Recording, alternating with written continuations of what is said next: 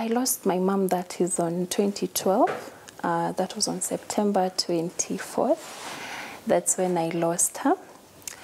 And by default, I was made a parent to my brother. It was not an easy journey. Death is not an easy journey. Grief is never an easy journey for anyone.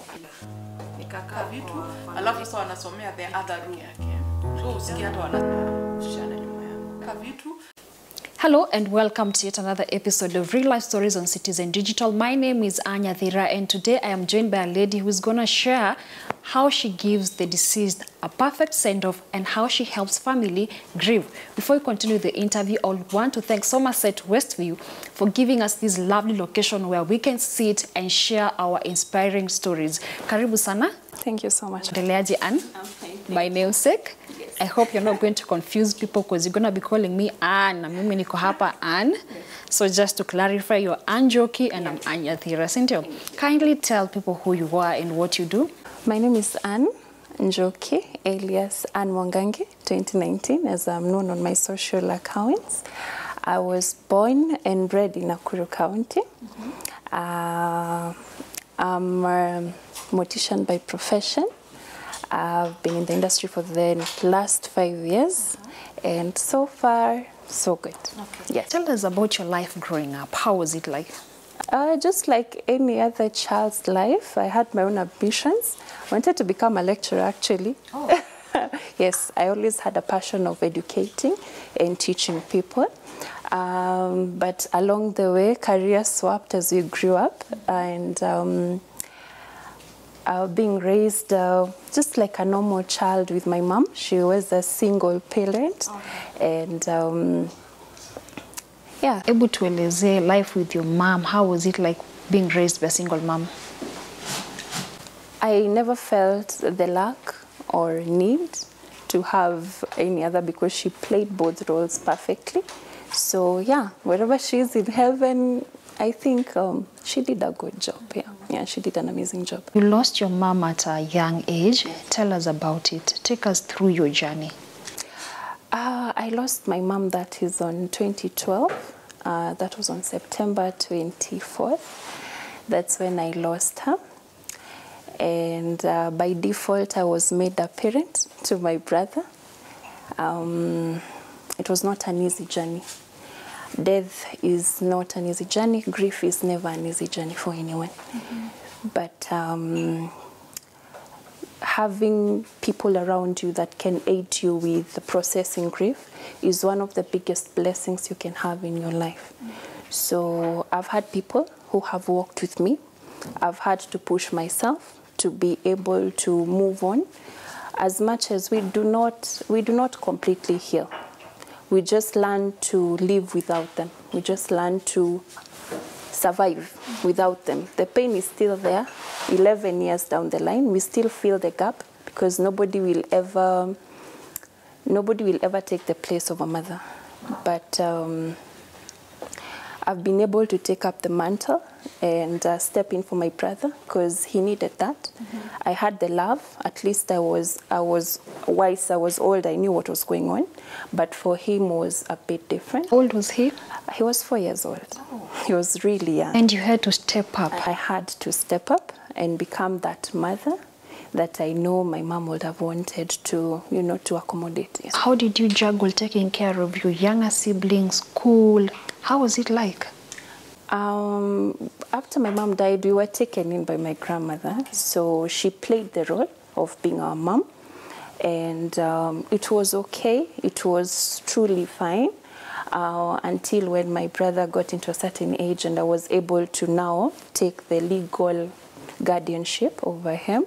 So I can now comfortably say I'm the legal guardian to my brother. I feel so proud that I'm able to take care of him.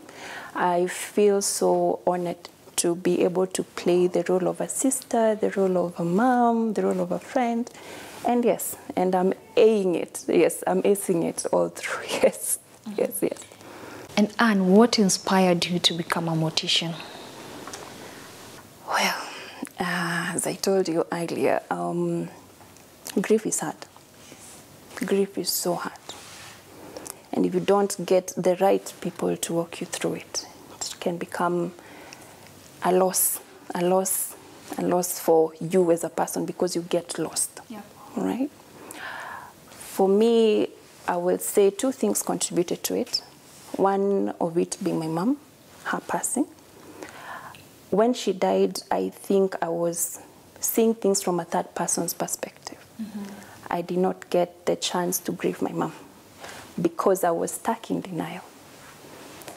I thought she has just gone away and someday she'll come back.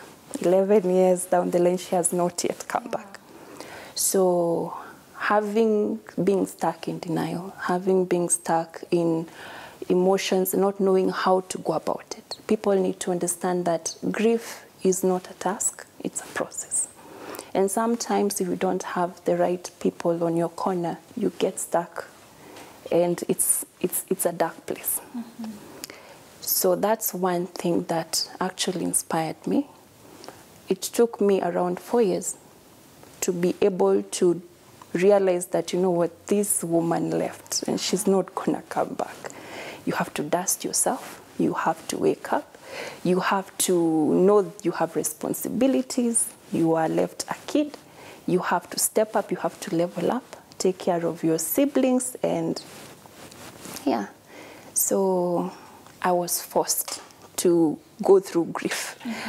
And as much as I did it by myself, I think it's one thing that I would never want someone to go through alone as a person. Yeah. So that really inspired me. If I'll be able, not even to try and wipe tears from each and every face, or to walk through someone the entire process of grief. If I'm able to step in and get you through the phase of denial, along the way you'll get through the phase of anger and bargaining somehow. So for me, it's all about giving the person the emotional support when they come to our corridors. So I think that's what inspired me the most, is just wanting to see people transition to the next phase of grief. Yeah. The second one? The second one is rather a very interesting story. We lost a friend, and we were relayed to information on his passing. So me and my friends, we went to see the body, or rather to do the viewing of the body. So when we got there, the mortician was not there. The attendant at that time was not available for us. So we spent a whole 1 hour waiting. And I remember the gardener gave us his number and he was like, call him, he will come. So we called and he made us pay for his drinks. Wow. So that he could come and accommodate us at the mortuary. He came to work. Yes. Drunk. He was drinking. So we had to pay. We had to pay for his drinks so that he can leave the club and come and facilitate our needs at the morgue. So after that, I remember he even came and we had to pay for his transport.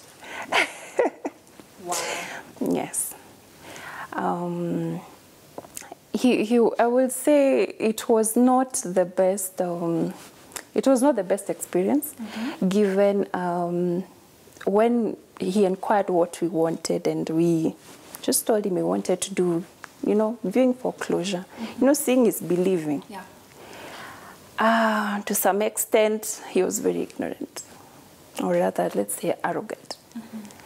But we didn't know we were supposed to hand out something so that we can be accommodated in the facility. And immediately we did that, his face lit up. His face lit up and he was able to facilitate. And one thing I would say that it motivated me with that story is that I wouldn't want to benefit of someone's pain. Because if I can remember details and some that happened over 6-7 years ago, I don't want to be remembered that way. I don't want to be remembered as the mortician who benefits of people's pain in the wrong way. And you mentioned this mortician came to work while drunk. Yeah. You actually facilitated that. There's so many misconceptions about morticians. Some say actually a lot of them are never sober. Tell us more about that. I think it's a perception, but you cannot talk on behalf of everyone. Yeah. You cannot talk on behalf of each and every mortician.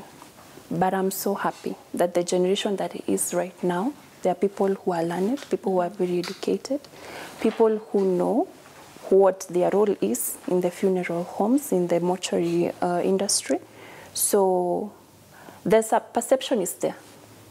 People have a lot of misconception. People think you must be a drunkard. People think you must be abusing drugs. People think you must not be okay in the head, or it's lack of an alternative. There's so much negativity surrounding. Exactly. Those are just the dark cloud hanging on each and everyone's head. Yeah. And mine is to clear the perception and tell you morticians are people just like you and me, maybe with a little bit of grace from God.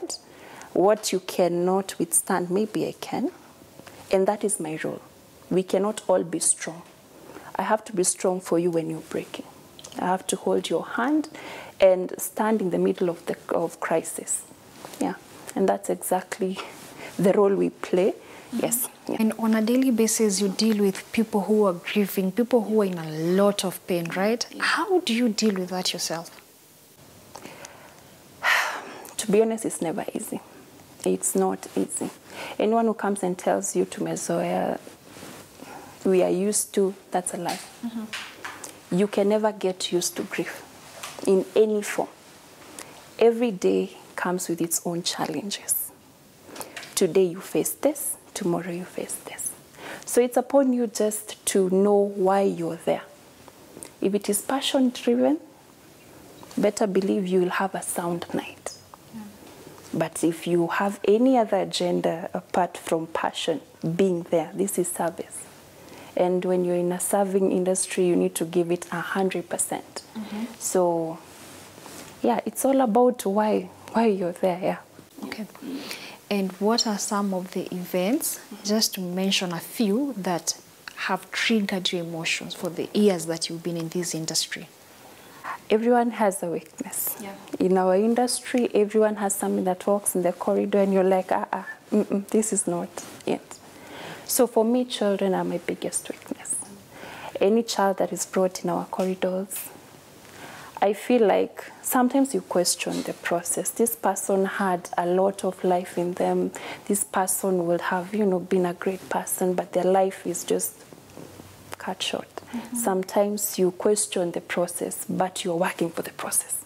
So as much as you question it, you have to, swallow whatever it is you're feeling and accommodate, because that's what you're standing there to do. Yeah. Any other incident? Okay, people come and think that accidents are the worst case scenario that could happen. Especially gruesome accidents. Yes, people just the head will come when it's badly distorted, the skull. Yes, they do, they come. But people have not thought about arsenic deaths, fire-related deaths. People are not talking about drowning. People don't talk about those kind of deaths. There are some deaths that sometimes you will look at and all of you in the cold room will be like, wow. Some murders are so, people can be heartless, all right? So every day you report to work. My day begins when another person's day ends. That is when my day begins. And every time you have to kneel down and ask God for grace. Because you can never be sure what will pop up in your corridors. So you have to ask for grace from God. Because that's the only thing that sustains us either way. Yeah. Yeah. And it's not even easy for family members to deal with their relatives who lost their lives in a very, very gruesome way. And you have to make them look appealing, especially during viewing, right? Which is not an easy thing. For example, Anna Meleto Hapo, she doesn't look like Anne anymore. And my people have to come see me. My friends have to come see me. Take us through that process. How do you prepare a body now to the stage where people can actually have the strength to come view that body? Well, it depends with the cause of death or the reason for the death. If you're talking about probably the completely distorted bodies from accidents, it takes a lot of time to do reconstruction. It takes a lot of time, a lot of thinking. Sometimes people think that this is a career that is done for people off the hook. Like somebody will just walk in a mortuary and get a job. It used to happen, yes. But sometimes it needs a little bit of professionalism to know even how to handle the family, to be able to give clear guidelines on what to do. Yeah, and it's never easy. Sometimes you'll be required to stand and do reconstruction for 12 hours straight. Really? Trying to make someone look the way they used to look when they were alive, so that you can ease and give people the perception of rest. Because you don't want to give people a body or to give a viewing that is that of trauma, because that's the picture people remain with. So sometimes you have to go home thinking, how best do I reconstruct that scar? This person has come without, their eyes are not there. How best do I fix that? So that when the son, the daughter, the wife comes, or just the spouse, the parents, how do I ease that for them? Sometimes it's not about money. To be honest, nobody can be able to afford the kind of service that we do. Yeah. As much as we are the most forgotten people in the industry, as far as medicine is concerned, I think some things are beyond money. Because being able to stand there and do all that for people, but the satisfaction of gratitude, when somebody just says, thank you, Anne, it goes a long way. It goes a long way. My day is done. Whenever I just see a grateful soul for something I did to facilitate them and their grief, my day is complete. You know, you've mentioned that, and I went through your TikTok, your comment section, and I got a lot of that from people that you've dealt with before. And they're like, thank you so much for how you treated our mom. She looked like she was sleeping. I have gone through that. I saw a relative and he looked like he was sleeping. How does that make you feel? So first of all, when I get into the office, it's not about me.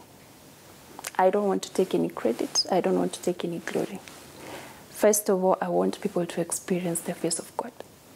That is the most important thing in this, is for people to experience that there was presence of God in this. When people see me, I don't want Anne to be seen. I want God to be seen. I want God to be felt. So I'm playing the role of God in human form, trying to accommodate, trying to counsel, trying to facilitate. So when somebody gives that recognition, I know God played a role. And I'm so grateful for that. I'm grateful for each and every person who comes back. Some of them come back and they're like, we're looking for Anne. You know, there's a lady who brought me peas. She was like, I didn't have money, but can you kindly take these peas and go and eat at home? It feels so good. It's so fulfilling. When you go, you know you're doing something right.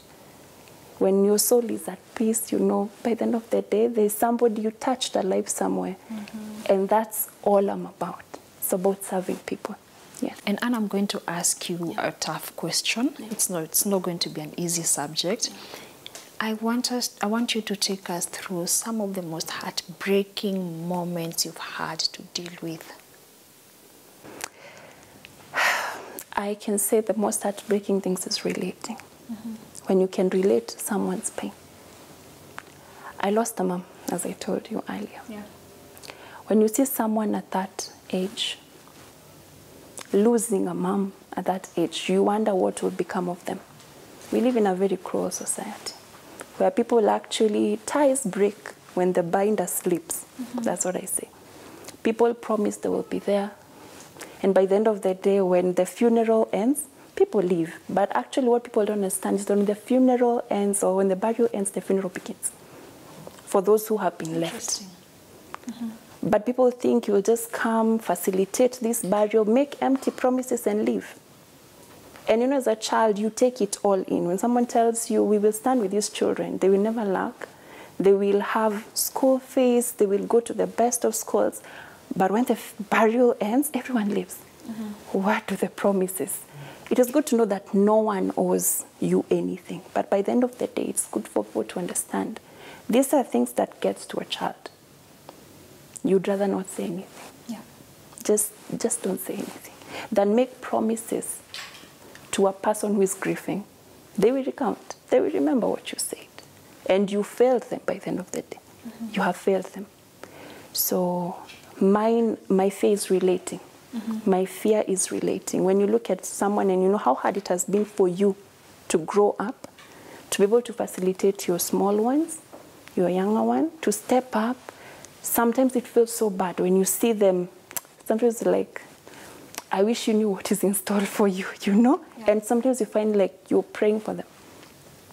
You pray. Some people think that we are normally over the moon when a body lands in our door. Mm-hmm. No.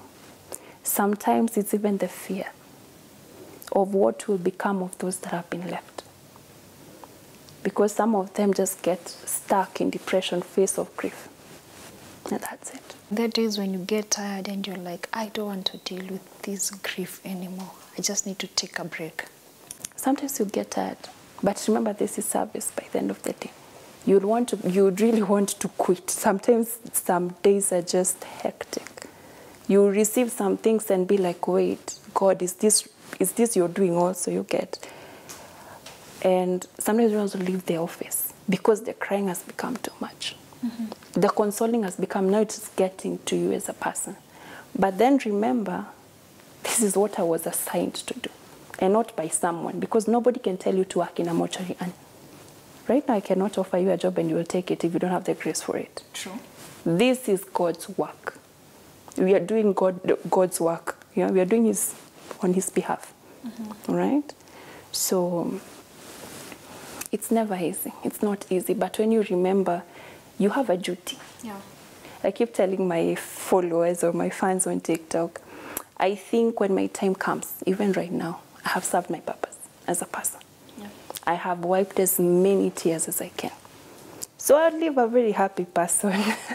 I'll be very fulfilled, to be honest, because that's what I came to do. That's what I was sent to do. I am serving my purpose. If I see you doing all right 2 years down the line, I'm happy. Okay. Yeah.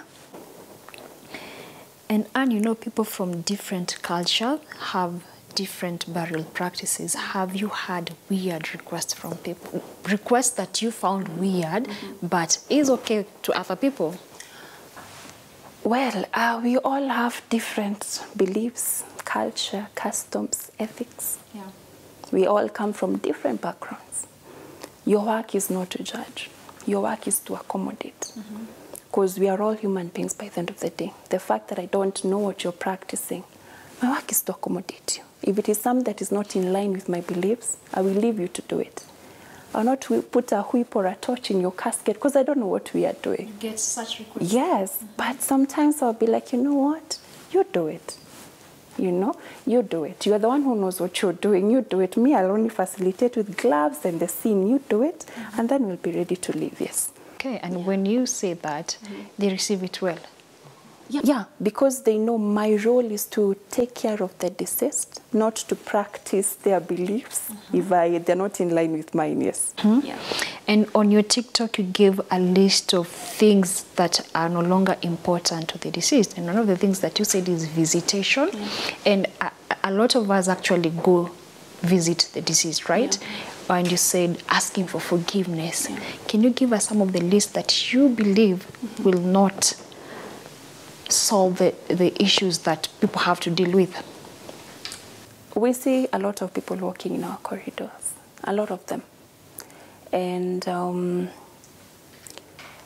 you coming to the mortuary, viewing is for closure, is for believing.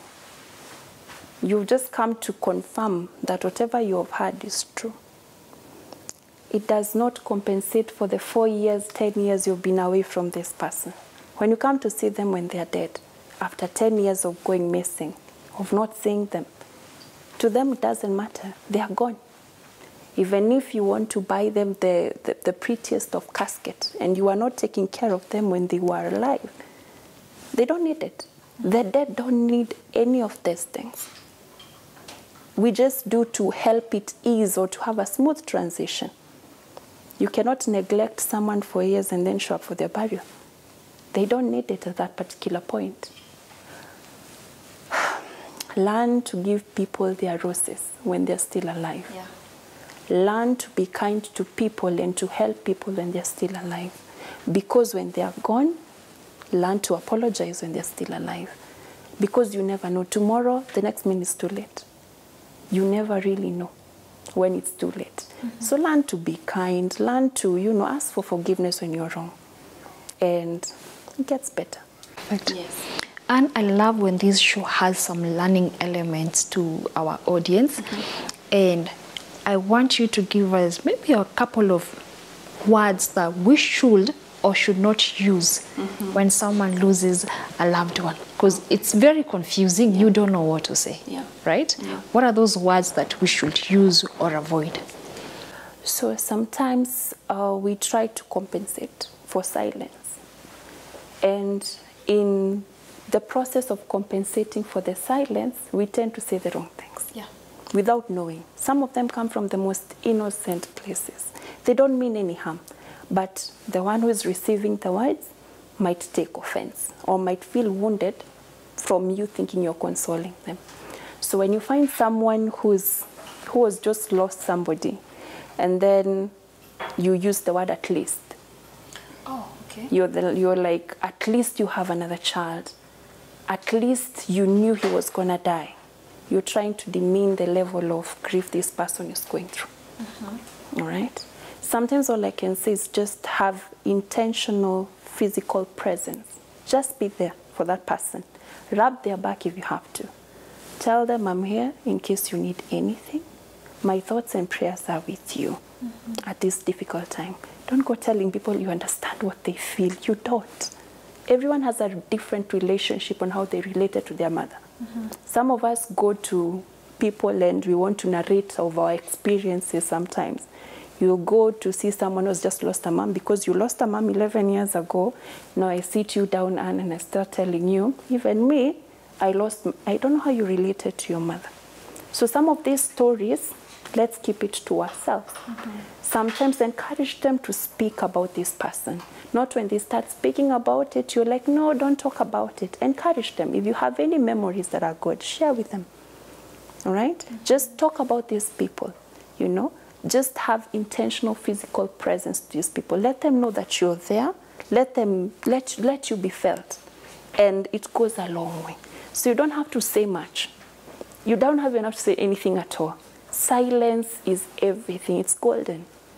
When you're just there and you're silent, this person knows you're there. So presence goes a long way. Presence goes a long way. Okay. Yes. Interesting. And I love the fact that you've highlighted that because it's quite a murky area to deal with, especially if you really you don't have emotional intelligence, you've never dealt with grief before. So thank you so much for that. Any last words? Be kind. Everyone has a story out here. Be kind, and above all, this is our race.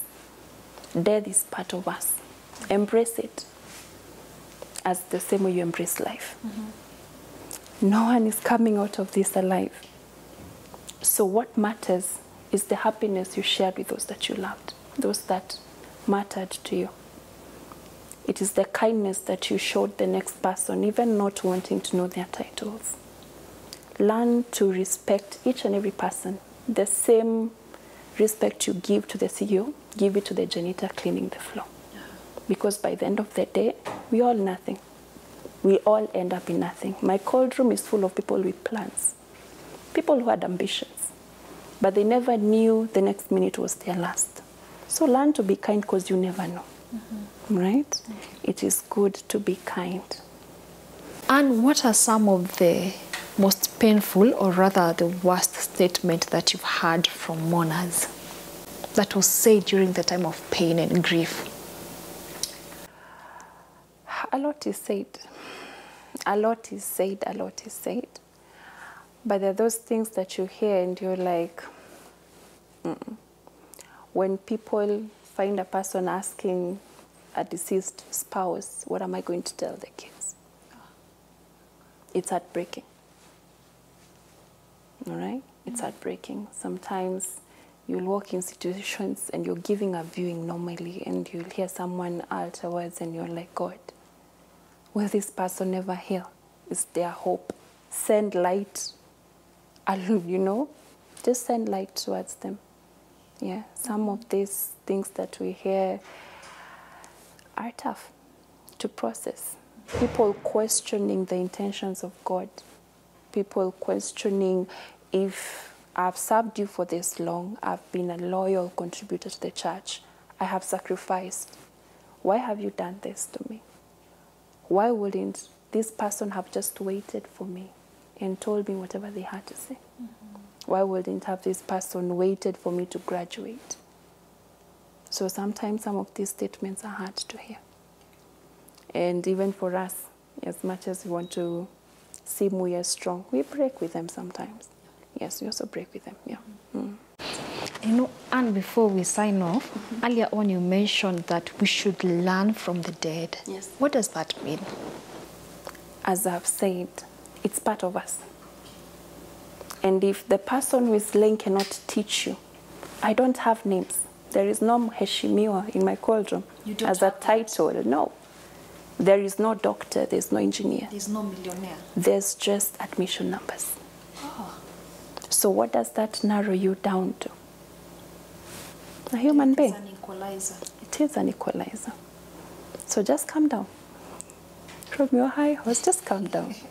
All right? Just calm down. Be kind. Try to facilitate each and every one, because no one is sufficient on their own. We all need one another by the end of the day. I need to champion you, you need to champion me, and the world moves round by the end of the day. A man's wealth is measured by the level of his kindness, not by the number of property he owns or anything. Yes. Yeah. Well said, Anne. Yeah. And asante sana kwa kukuja Real Life Stories on Citizen Digital. We really appreciate you for that. Thank you so much for actually sharing your story and making this show something that I know our audience will pick 1, 2, 3, a few things to learn from you, to learn from your experience. Trust me, people will love this episode. Thank you. Asante sana. Asante. And I hope when you go back to Laikipia, where you're from, please patiana shout out pale, sindio? I will. Watu wajua ulikuwa wapi? I was at Citizen Digital, Somerset View, West View, yeah? Yes, yes. Thank you. Yeah. To you, our Citizen Digital family, thank you so much for joining today's episode. Till next time, let's keep it Citizen Digital.